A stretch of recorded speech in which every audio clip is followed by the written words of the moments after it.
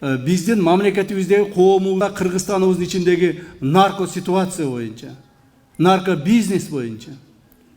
Нарко бизнес деген чынында нарко бизнес болуп кетти бүгүнкү күндө.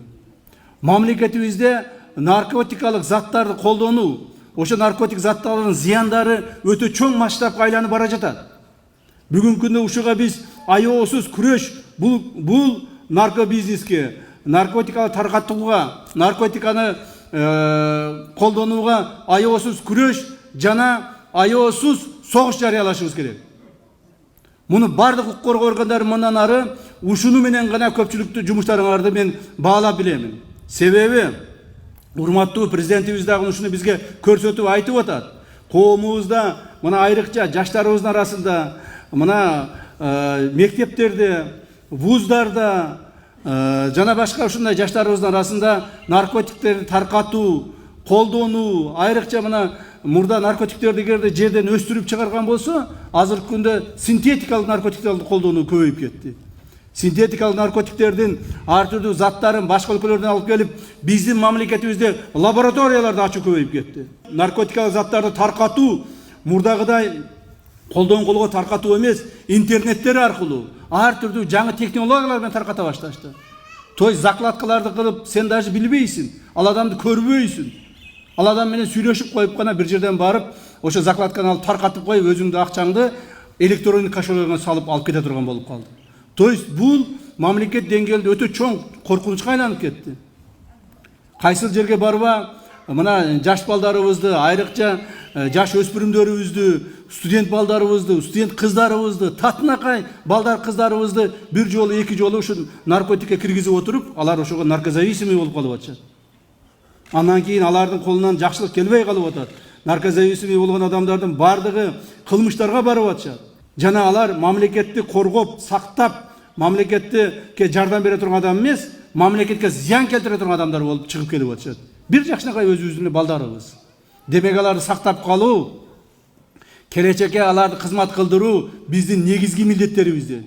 Эгерде нарко ситуация бүгүнкүдөй акыбалда сактала турган болсо, мындан ары дагы ушул эле акыбалда кете турган болсо, кайсыл бир жылдардан кийин, 2 жыл, 3 жыл, 5 жылдардан кийин көпкө күттүрбөй, ашып кетсе 10 жылдардан кийин коомубуз өтө чоң көйгөйгө кабылышы мүмкүн.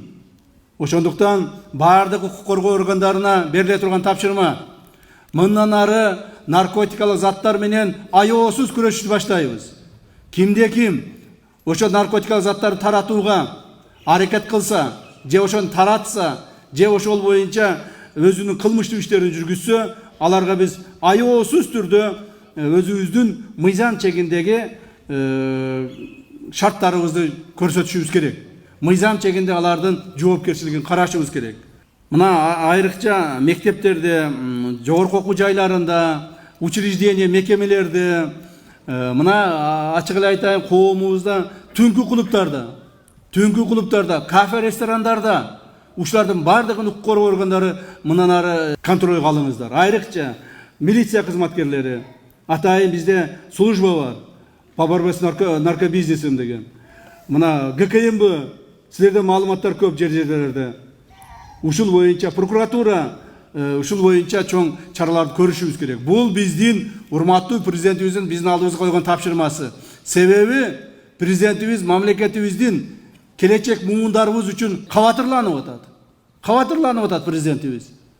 Ал айтып атат, эмнеге биз бүгүн карабасак, эртең эмне болот? Макул бүгүн контролдоп турабыз. Эртең бүрсүгүн контролдон чыгып кетсе, бардык эле ушундай наркотикалык заттарга аралашып кетсе, эмне кылабыз деп өтө чоң кабатырланып атат. Ушул боюнча чоңураак, көбүрөөк жумуштар аткарыңыздар. Мындан ары бул чоң контролго алынат. Андан сырткары ушул жерде айтып коюш керек, сращивание сотрудников правоохранительных органов с наркобаронами. То есть биздин ошол укук коргоо органдарынын адамдары өздөрү кошулуп кирип кетти. Былтыртан бери мен 2 эле жылдыкты айтайын, 1,5 жылдыкта, былтыры 1 жыл, быйыл мына 3 айдан бери. 12 милиция кызматкери ушул наркобизнеске байланыштуу кармалды. Жоопко тартылышты. Өздөрү ошол кошулушуп, сатышып, өздөрү кошулушуп, жолдорду үйрөтүшүп, өздөрү ошолор кырышабат этип жүргөндөр көбөйүп атат. Мына ушулар боюнча дагы чоң жумуштар аткарышыбыз керек.